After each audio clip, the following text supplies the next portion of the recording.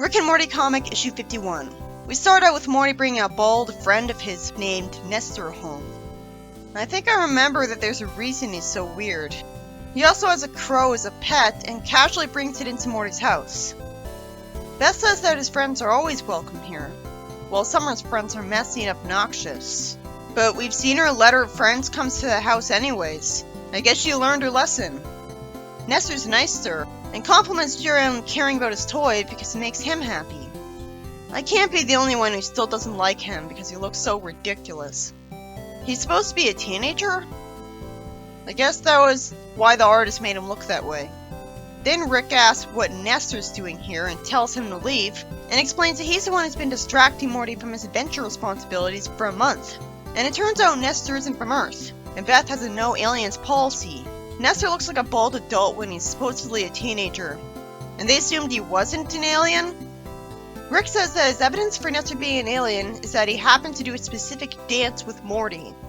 Beth tells him to go there and apologize because Morty needs a normal friend. Rick says he sincerely doesn't want the opinion of someone who just glued his hands together. And apparently, Rick doesn't already know that he's mad because Morty's spending time with someone other than him, and not because he might be an alien. Wasn't it obvious? He's used to aliens, so why would he have a problem with him being an alien? And yet he doesn't believe Summer at first. Nestor tells Morty while they're playing video games that he's watched enough Lifetime movies to get Rick's deal, and it's a sad deal. He relates to Morty that both of their dads stay at home. Then after his dad shows some hospitality to Rick amusingly says, "I only came over to apologize to your son for throwing him out so that my family will leave me alone." Morty explains what Rick did and says that he just wants to sabotage anything that makes anyone else happy, rather than just saying he wants to use him as a slave on his adventures more often. Since Nestor's father looks normal, of course it's his wife that's the alien. But it's weird that I'm supposed to believe that Nestor is a human. Why is he bald then? Strange choice. Barely anything interesting has happened in this slow story. The dad says that back in the 90s he was a hacker who somehow hacked himself into a wormhole and found himself on a world of sentient computer-like creatures. This is stupid. This is the kind of nonsensical writing that's really out of place in Rick and Morty. It feels more like a 2000s Sabrina comic. The robots were obsessed with his human biology and he was interested in them, so he fell in love with one of those computers. How? How is he able to get a son out of that? The computer wouldn't have DNA to contribute.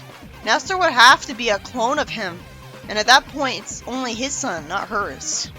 Biological reproduction was a crime on their planet somehow, even though he was literally the first biological organism to show up. And they're fascinated by him, not angry. He says that his lover took his biological specimen and made a child from it. His. It doesn't say hers. He and his wife were about to be put to death when they escaped to Earth. I guess through a really convenient portal. Because if they took a spaceship, you'd think they'd be followed. His wife disguised herself as the bird instead of a human that could actually be compatible with him, and they started a new life. Morty says that because Nestor's life is so weird, now he can tell him all about the unbelievable adventures he's been on. Yeah, but Rick has an invested interest in keeping those adventures secret because they're so traumatic and evil. He'd want to call the cops on him. Morty should know that. He's looking on the bright side when it comes to adventures, apparently. He's really not thinking ahead. He trails off, but not because Rick kills Nestor. Instead, it's because Nestor's mom wants to kill him and Rick to keep their secret safe. Nestor begs her to keep Morty alive, but she still wants to kill Rick. The father's still smiling somehow, and he says that she's the entire house, which impresses Rick because he married that. Instead of just using a portal gun to escape immediately, Rick grabs the idiot ball by asking what a house is going to do to him. How about crush him with its walls? He asks, what is the house going to do? Make the AC uncomfortable? Creak? Have a leaky foundation? If she was confident that she could kill him, he should have taken her seriously. He gets smacked by a sofa. I guess all of the house is covered in nanobots. The fire from the fireplace burns off some of his lab coat and conveniently doesn't spread to the rest of it, because I guess it's made out of material that's like that. He grabs onto the fan and makes it fall onto the floor, and for some reason that makes her scream in pain. Rick wastes time talking instead of warping out of the house because he really wants revenge at this point, even though this whole scenario is putting Morty at risk too. Seriously, why was I expected to believe Nestor was human? Him being the alien would be more memorable than this nonsensical plot twist. He dodges a toilet and activates a force field or something with his wrist gadget. I guess it's an EMP, and even says so. It's a low-grade EMP that destroys all electronics. Okay, and it goes out from his body, which is why it doesn't affect him. Wouldn't it hurt Morty because he has a few cybernetic implants in him? Like the ability to get turned into a car or send the spaceship over to him if his face is pressed? I guess that proves that Rick removes them. Nestor's father and him are portrayed really sympathetically right here, with Nestor's father saying, "Why did you even come here? We weren't bothering you." Rick clearly said why he was here. And Nestor's father didn't have to admit his wife was an alien. It's his fault. Thankfully for Nestor, his homicidal mother reboots. She says that if she rebooted, she accessed the cloud on their planet, meaning that they'll know where she is and she's not safe on Earth anymore, so they have to leave immediately. So Rick and Morty are sent out of the house by the fridge, and the house rockets away. And what's even more mean is that Nestor is told that any form of contact with Morty would reveal his location. Not caring about Morty's disappointment, Rick's just glad he was right about something, when Nestor wasn't really an alien, just a clone, so he was wrong. He says he's gonna rub this in Jerry's face, and the story ends with him telling Morty that he's got some business on a planet that's got mind-blowing candy.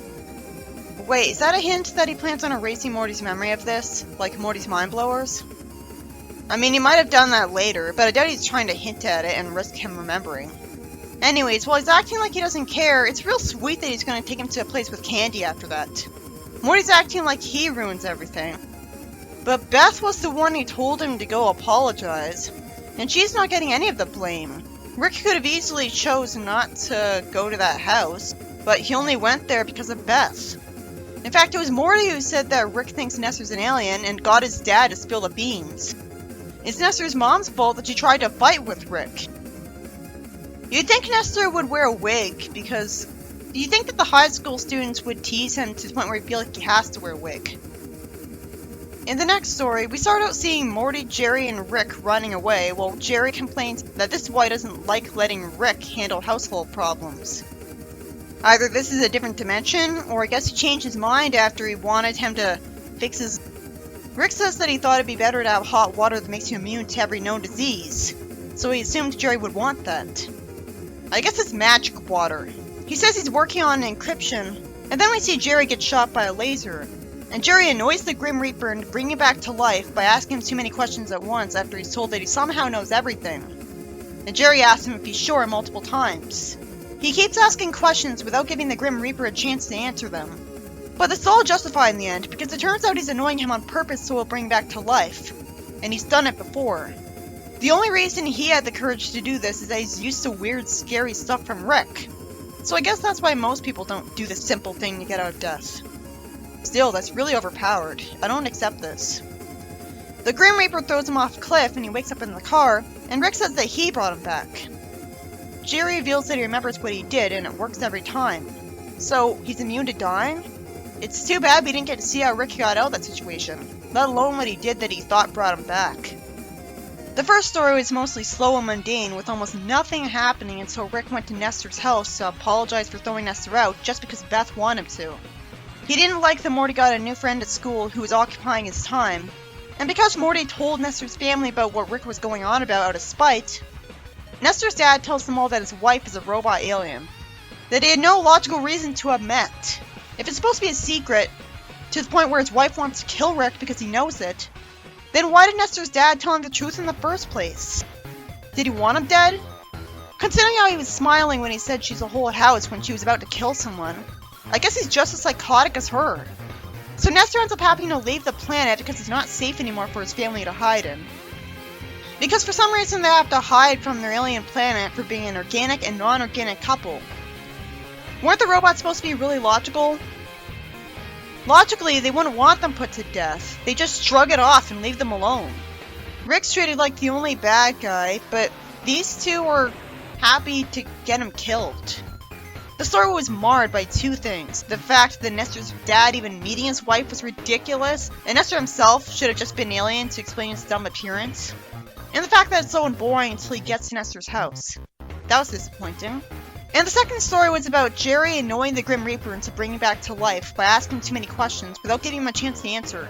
Sure, it was convenient for him that he was omniscient and told him that again because he didn't actually know that Jerry would remember his time with him, despite being omniscient. I'm just disappointed that we didn't get to see how Rick got out of that dangerous situation.